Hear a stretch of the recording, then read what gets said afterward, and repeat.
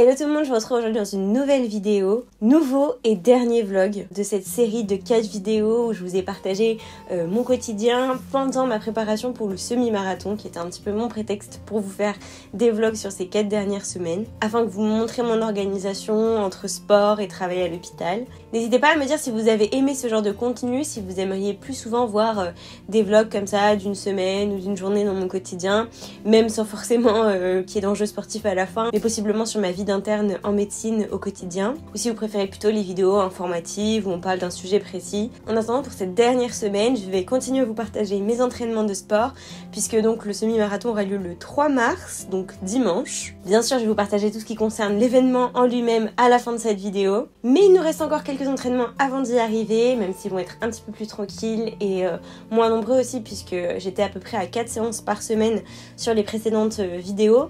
Là, on va faire que 2 séances cette semaine et puis bon la troisième ça sera le semi. Mais généralement la semaine avant la course on ralentit un petit peu le rythme, on fait des moins longues distances et on se repose pour se préparer physiquement à la course. Donc c'est parti pour vous montrer tout ça en vidéo en vous partageant bien sûr le reste de mon quotidien d'interne à l'hôpital. C'est parti pour cette dernière semaine.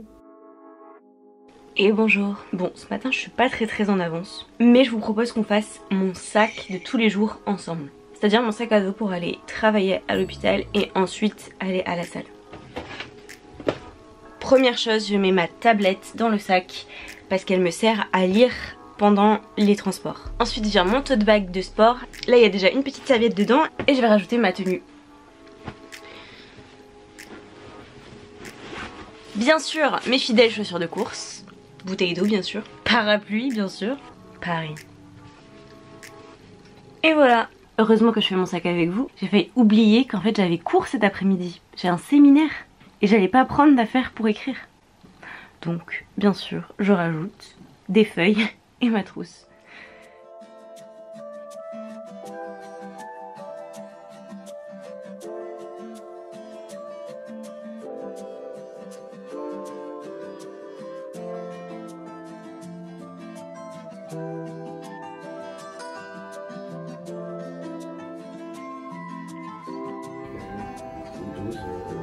Générale et 5 en général.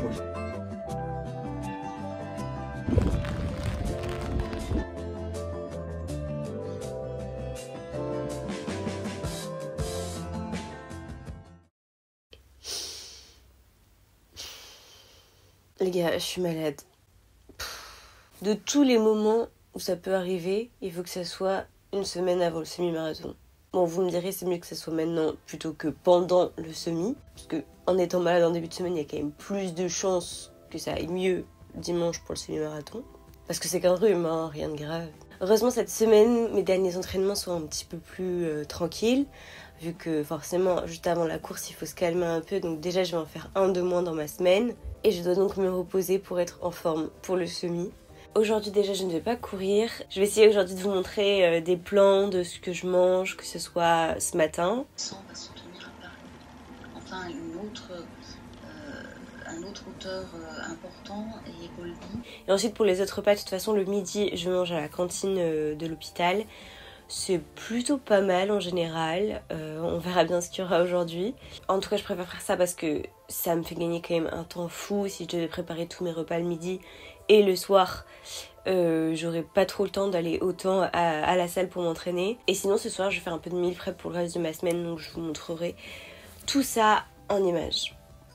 Pour me faciliter la vie, j'aime bien prendre un soir dans la semaine, parfois c'est le dimanche, pour préparer plusieurs repas. Bon là en l'occurrence, je vais préparer pour 4 jours. Moi ça me dérange pas de manger la même chose tous les soirs pendant une semaine. De toute façon je varie quand même un petit peu. En général c'est plutôt 4-5 repas et ensuite je change d'une semaine à l'autre. Et comme ça le soir je rentre et j'ai juste à faire réchauffer mon assiette. Donc c'est parfait.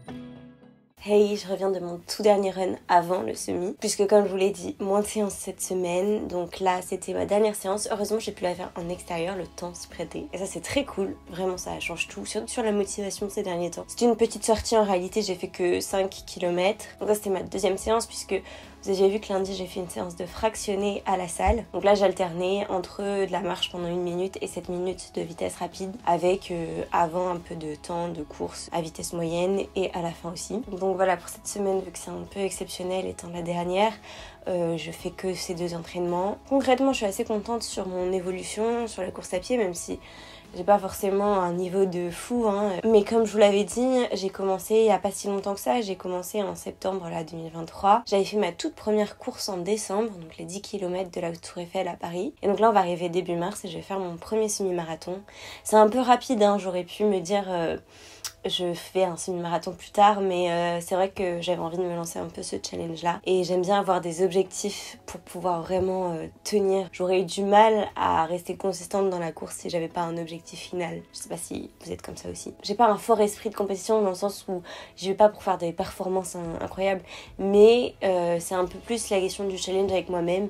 Et s'il y a pas trop d'enjeux, je vais avoir encore plus de mal à me motiver. Donc voilà pourquoi je m'étais lancée dans ce semi. Maintenant, je pense que pour la suite, je ferai plutôt des courses un petit peu plus courtes. Par exemple, faire un 5 km ou refaire des 10 km, histoire de travailler plus sur la vitesse maintenant. Une fois que j'aurai réussi à travailler l'endurance avec cette préparation pour le semi-marathon, avec les 21 km que je vais officiellement courir dimanche. Après, ça sera voilà, plutôt de la vitesse que de l'endurance. Je compte pas me lancer par exemple dans un marathon comme prochaine étape. Ça viendra peut-être plus tard, hein. Mais là tout de suite c'est pas forcément quelque chose que j'ai envie de faire et je pense que je referai peut-être plusieurs semi-marathons avant de faire un marathon. En tout cas, c'est un peu comme ça que je vois la suite. Avec, je pense que pour là le printemps, l'été, des plus petites courses. Et on verra ensuite fin d'année quels seront mes nouveaux objectifs. N'hésitez pas à me dire vous en commentaire si vous participez à des courses, si vous en avez déjà fait, si vous comptez en faire. Est-ce que si dans le futur je participe à d'autres courses comme ça, est-ce que vous aimeriez suivre un peu mes aventures aussi? Alors peut-être pas forcément vidéo mais au moins sur Instagram.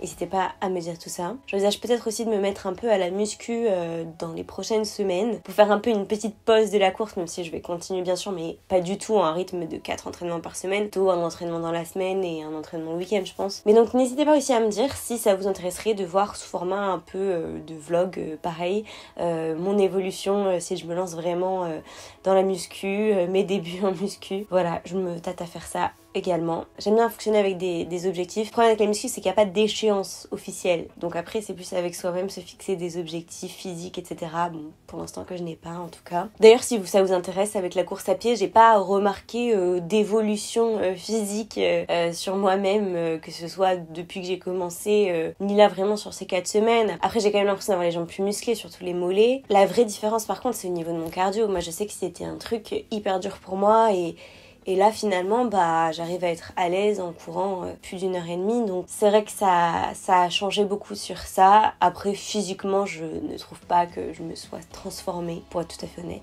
Peut-être qu'il y aura des résultats physiques si je me mets à la muscu en parallèle, mais en tout cas c'était pas mon objectif de base, donc j'ai pas fait non plus d'efforts que ça pour. Moi je suis assez contente de mon parcours finalement, et bien sûr que je vais continuer parce que maintenant c'est devenu une habitude, ça fait partie de mon quotidien la course à pied, et même si je vais faire moins d'entraînement, ça sera toujours très présent. Donc voilà, n'hésitez pas à me dire si vous avez des questions, et sinon la prochaine fois que vous me verrez courir dans cette vidéo, ça sera pour le semi-marathon. Je suis un petit peu stressée, je vais pas vous mentir. Après, j'ai pas d'objectif de temps ou quoi, mais rien que déjà finir le semi-marathon, ça serait une belle étape, et c'est une réussite en soi. Maintenant, si je pouvais le faire en 2h30 max... Bon, enfin bon, bref, je m'en fiche, je me mets pas d'objectif, comme je vous ai dit. Mais en tout cas, un peu d'appréhension quand même. Sachez que ma maladie va mieux, très positif. Donc maintenant, plus qu'à ne pas se blesser et attendre le semi. Allez, je file à la douche.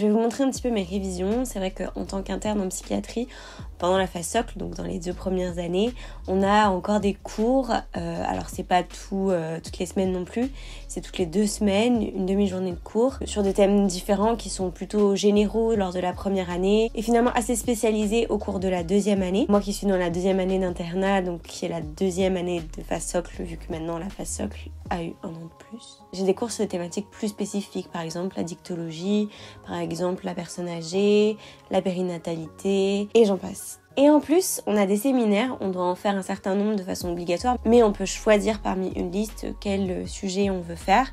Moi, le séminaire où je suis allée lundi, comme vous avez pu le voir en image, c'était un séminaire sur les troubles du comportement alimentaire, donc dans un des hôpitaux spécialisés de Paris, avec différents intervenants qui sont des professionnels autour de ce sujet-là. Mais il existe plein de types de séminaires, c'est très très varié. Et les séminaires, même s'il y en a un certain nombre imposés, en soi vous pouvez en faire autant que vous voulez, et largement plus que ce qui est recommandé, enfin obligatoire en l'occurrence. Donc pour le coup je trouve que c'est la grande force de l'internat de psychiatrie à Paris, d'avoir ces séminaires qui sont assez qualitatifs, en tout cas pour ceux que j'ai pu faire, et qui permettent de se former en plus que les cours à la fac. Pour les séminaires, il n'y a pas forcément d'épreuves à valider. Par contre, à la fac, dans notre cursus, on a des examens à la fin de la phase socle. Donc c'est pour ça qu'il faut que je me repenche un peu sur tous les cours que j'ai eus depuis la première année. Et c'est cet examen en soi qui nous permet de passer à la phase d'approfondissement. Mais bien sûr, il y a des rattrapages oraux, je crois, si les écrits sont ratés. Voilà, vous savez tout.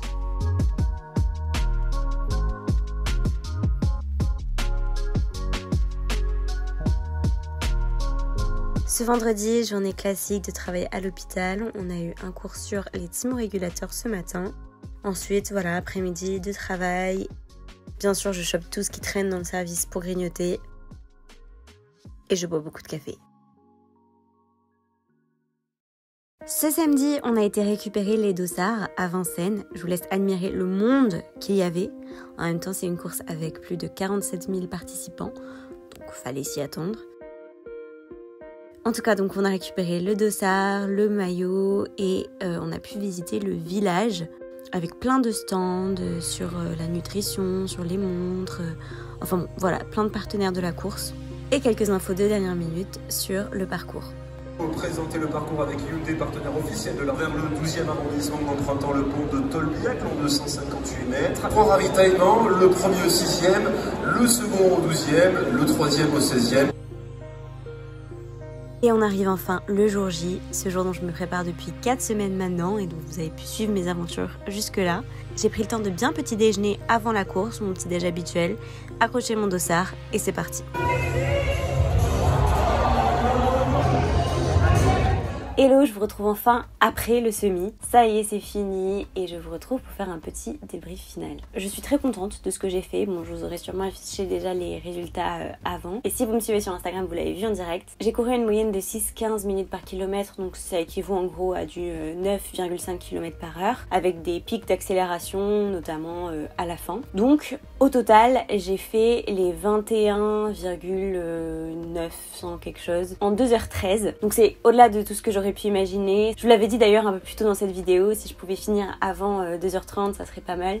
J'ai fait même avant 2h15 donc je suis ravie. Surtout que comme vous avez pu le suivre, j'ai fait une préparation qui a duré finalement que 4 semaines puisque avant j'étais blessée. Donc c'est vrai que pour la préparation que j'ai faite, c'est vraiment bien. En tout cas à mon niveau, à mon échelle. Et selon mon opinion, après chacun la sienne, mais moi je suis satisfaite. En tout cas ça me motive bien sûr à continuer et je trouve que ce qu'il y a de hyper satisfaisant avec la course à pied, c'est que vraiment on voit son évolution, on voit ses résultats au fur et à mesure. Donc c'est dur et assez traumatique pour le corps, c'est vrai qu'on se blesse souvent pas mal. Et là je vous avoue qu'après avoir couru 21 km, j'ai mal partout. Je sais pas comment je vais marcher demain, mais qu'est-ce qu'on se sent fier de soi. Et la course en elle-même, c'est un événement qui est incroyable, il y a vraiment cet effet de foule, il y a beaucoup de musique et tout, à plein de points, enfin c'est une ambiance géniale. J'en ai pas fait beaucoup, mais en tout cas celle que j'ai fait jusque-là, c'était top. Et donc voilà, c'est la fin de cette série de 4 vidéos où vous avez pu suivre ma préparation pour le semi-marathon pendant bien sûr mon internat de médecine. Je ferai forcément d'autres courses plus tard, donc si ça vous intéresse de continuer à suivre mes aventures, n'hésitez pas à me le dire en commentaire. et à vous abonner bien sûr. En tout cas, n'hésitez pas à me dire vraiment ce que vous aimeriez voir sur les prochaines vidéos. Est-ce que ce format vlog vous plaît? Quelle thématique vous aimeriez que j'aborde dessus? Voilà, n'hésitez vraiment pas à me faire des retours, je suis vraiment preneuse. J'espère que ces vidéos qui changent complètement de ce que j'ai l'habitude de faire vous auront plu. J'attends vos retours avec impatience et en attendant, je vous dis à très bientôt. Bye!